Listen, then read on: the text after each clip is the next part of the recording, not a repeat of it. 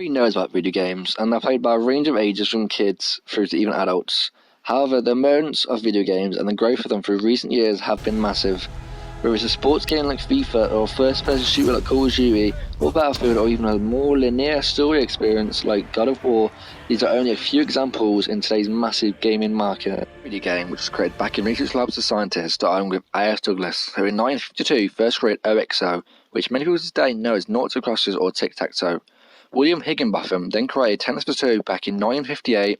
However, in 1962, the first actual video game was created by Steve Russell, who created Space War, the first game he played on multiple computer installations.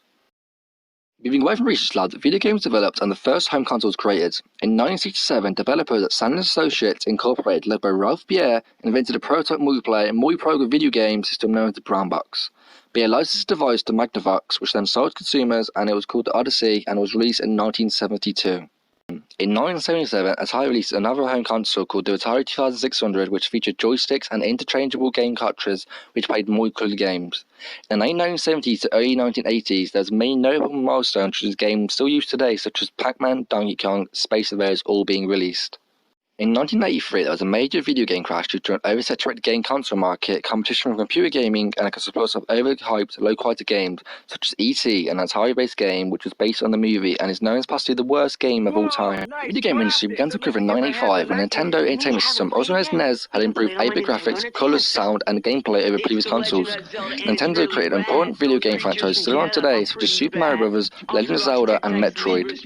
They also had third-party developers to create many other long-lasting franchises such as Capcom's Mega Man, Konami's Castlevania, Square's Final Fantasy, and Enix's Dragon Quest. In 1989, the Game Boy device was created, and over the next 25 years, new successful successors to the Game Boy were created, such as Game Boy Color in 1998, DS in 2004, and the 3DS in 2011. Also in 1989, Sega released its 16-bit Genesis console. With the help of technological superiority, clever marketing, and the release of Sonic the Hedgehog in 1991, it made headway against NES, its older rival, which Nintendo then released its own console called the Super NES, which started the first console war. These consoles released various new franchises such as Street Fighter and Mortal Kombat. Due to the advance of gore, Sega created the video game rating console in 1993 to provide labeling for every game on their console.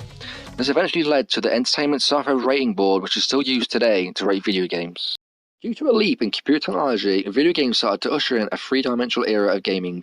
In 1995, Sega released its Saturn system, the first 32-bit console which played games on CDs instead of cartridges.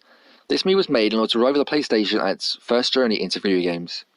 The following year, Nintendo released its 64-bit cartridge system, the Nintendo 64. However, Sega and Nintendo released their fair share of highly rated 3D titles such as Virtua Fighter on Saturn and Super Mario 64 on Nintendo 64. However, the established video game companies couldn't compete with Sony and its strong third-party support, which helped the PlayStation secure numerous exclusive titles. This meant that Sony dominated the video game market and continued to do so into the next generation. The PlayStation 2 release in 2000 would become the best-selling game console of all time. The PlayStation 2, when released, went up against the Nintendo GameCube and Microsoft's Xbox. The Dreamcast, however, had the capability of online gaming, but it ended in a commercial flop, and Sega pulled the plug on it in 2001. Consoles used today, companies delved into handheld gaming when Nintendo released the DS, which is the dual-screen handheld game console released in 2004. It introduced a new way of gaming and had two LCD screens working in tandem, with the bottom screen also featuring touchscreen elements. Sony shortly after in December of the same year released the PSP and was a game console with high-end graphics and was known as a major entertainment device. Both consoles had newer models created in sequels throughout the years. This led to the age of mining gaming, and is when the S360, PS3 and Nintendo Wii was released, and this is when online multiplayer first started to really thrive. All three delved into how games could be played in a more active way rather than just using a controller. Nintendo Wii was a console solely reliable for its motion control tech and was a big success even outside both Microsoft and Sony, and it appealed to a wider audience of the general public. Sony replied by releasing the PlayStation Move, and it led to Microsoft only a few months later releasing the Kinect. Video games were brought into the physical world with the release of Skylanders, which required players to place toy figures onto an accessory in order to use them inside the game.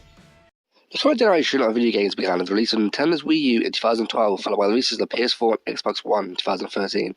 Despite the Wii U being a touchscreen and remote console which allowed off-TV gaming and be able to play Wii games, the Wii U became a commercial failure. 4K gaming was introduced at least the PS4 Pro and Xbox One X. Virtual reality was then experimented with and how it could be used with video games, and in late 2016 this happened with Sony's release of PlayStation VR, and while technology was changed how players experience video games.